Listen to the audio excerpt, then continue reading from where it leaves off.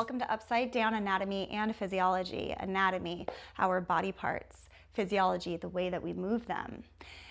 We're going to focus on the upper limbs today. Now, this can vary greatly depending on if you're doing a headstand, a forearm stand, or a handstand. And we do dive into those in separate chapters. However, today we're going to look at the big picture stuff, starting with our base of support and setting our foundation. For example, if we were setting up for a handstand, then our foundation begins with our hands. They are our base of support. Your base of support is what makes contact with the ground, and the rest of the body is going to balance upon that base of support. So how we set the foundation matters. The rest of the table is built upon it. Set the foundation and then set the table. This is our scaffolding. This is our blueprint to get us upside down. With your base of support, consider the following. Is it adequate to balance the body's mass above? What are your pressure points? The points that will make the most impact and have the most weight in them and contact with the ground below. Consider that. If your wrist is an extension, we need to be really careful and mindful of the carpal tunnel. The carpal tunnel is in fact a tunnel that a lot of nerves run through. So if we put too much pressure at the heel of the hand, we compress this tunnel and we compress nerves. That is not going to feel good at all. It's not going to set a good foundation and base of support for your inversion. Keep the fingers wide. A nice wide base of support is going to help us to balance. Pressure points. The fingertips are like little game controllers. Imagine you're playing a Game Boy. These are your little controllers of the entire body upside down. They work really hard. In fact, they work so hard that through multiple studies, they've tested the parts of the body and the muscles that are firing to hold a handstand, and the top hardest working muscle is the wrist flexors. Now you might think, but the wrist is an extension. This is the wrist extensors, the hairy side of the arm. The flexors is this belly up side.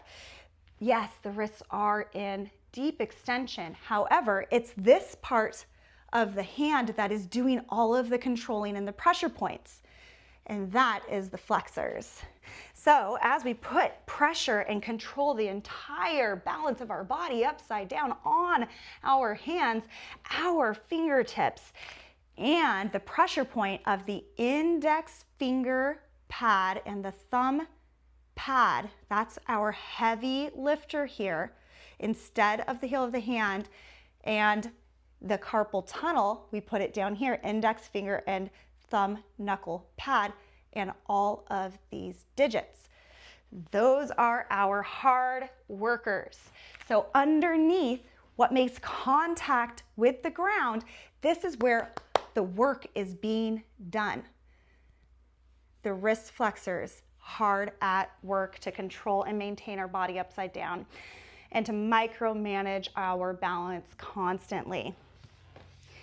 We want buoyancy. Buoyancy in scaffolding is the keys to the castle. Stability and buoyancy, stability with buoyancy equals resilience and a new level up of strength. It's a bounce back that we apply to our blueprint, to our scaffolding. Imagine that if this scaffolding was made of glass, how fragile it would be. But if it was made of something that was malleable, and when the winds would roar, it would sway but adjust and come back in. That is what we want from our foundation and to set the table upon. So pressure points are your fingertips, your index finger pad and thumb knuckle pad. That point right there, we really want to put the emphasis into. If we were to take a attachment of a string, put it through that area, bring it up the forearm and then through the tricep all the way to the shoulder blade and make a nice straight line, then that is the scaffolding and the blueprint that would keep us nice and aligned and secure in our handstand. Then we have that buoyancy. The knuckles are not suction cupped. The palm of the hand is not suction cupped. Keep the fingers nice and wide, but in a way that you still hold control. We call this coiling, this connection, this link, this scaffolding that we build in this coiling direction all the way down to that index finger mound from shoulder blade down the activated triceps. Activating the triceps straightens the elbow down the hairy side of the forearm. That's called pronation, and into that index knuckle pad. You make that connection. You can see that visualization going up and connecting to the shoulder blade. Then you're setting yourself up for incredible alignment and scaffolding for your handstand. What about forearm stand if we were to drop the elbows down? First of all, you're going to want to keep that outward rotation at the humeral head. External rotation, positioning the ball into the socket, but don't let go of the pronation of the forearm. What happens if you let go of the pronation of the forearm, this hairy side forward? Hyperextension. This means that the joints are no longer supported or stacked. With great mobility comes great responsibility. You need to secure and build the stability to match your hypermobility. Pronation here and engagement of the tricep all the way to the shoulder blade. Secure that. Don't go belly up. Don't go belly up. That takes the joint out of position. Okay? Forearm, hairy side, facing forward, pronation. Our wrist extensors facing forward. Now, we're going to keep that external rotation happening in the upper arm bone when we drop down the elbow. Now look at that beautiful 90-degree angle. That external rotation will allow us to keep that 90-degree angle when we come down to the ground. When you start to go up into your inversion, if you can't maintain that, that means we need to work on mobility in the shoulder region. That's okay, we'll get there.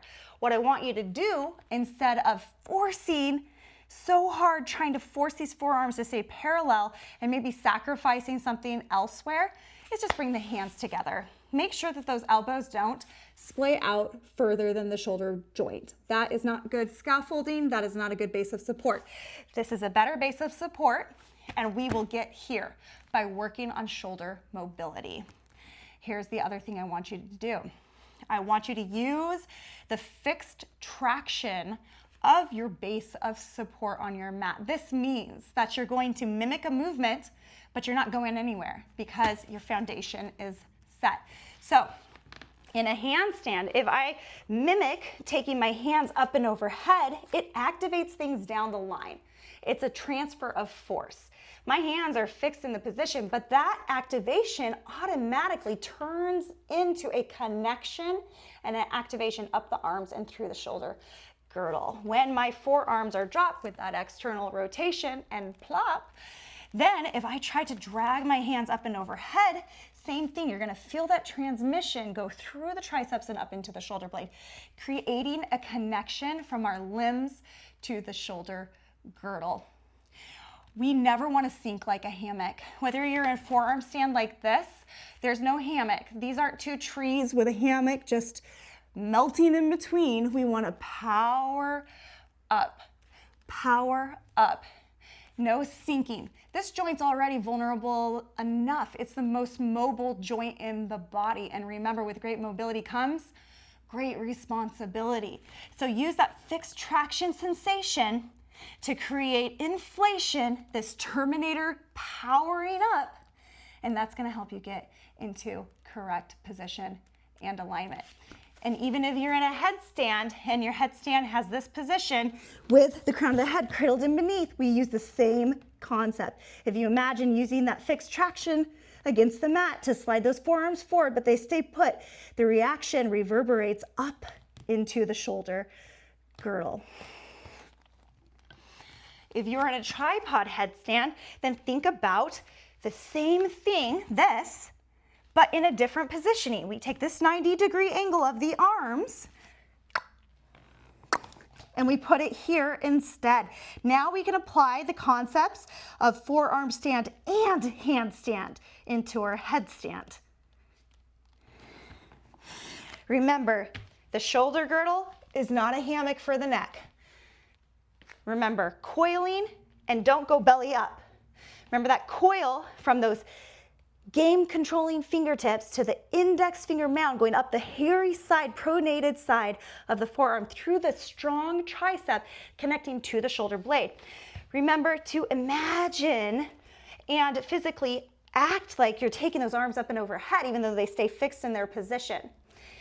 One more key to the castle, no matter what position you're in, be it here, setting up for a handstand, here in a forearm stand, here for your headstand. I want you to imagine pressing your arms into a doorway.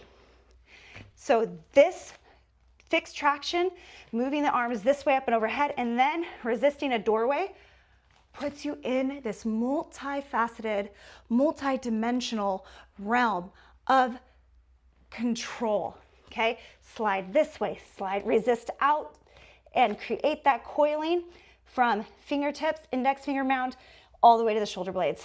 Don't hang out like a hammock. Terminator up.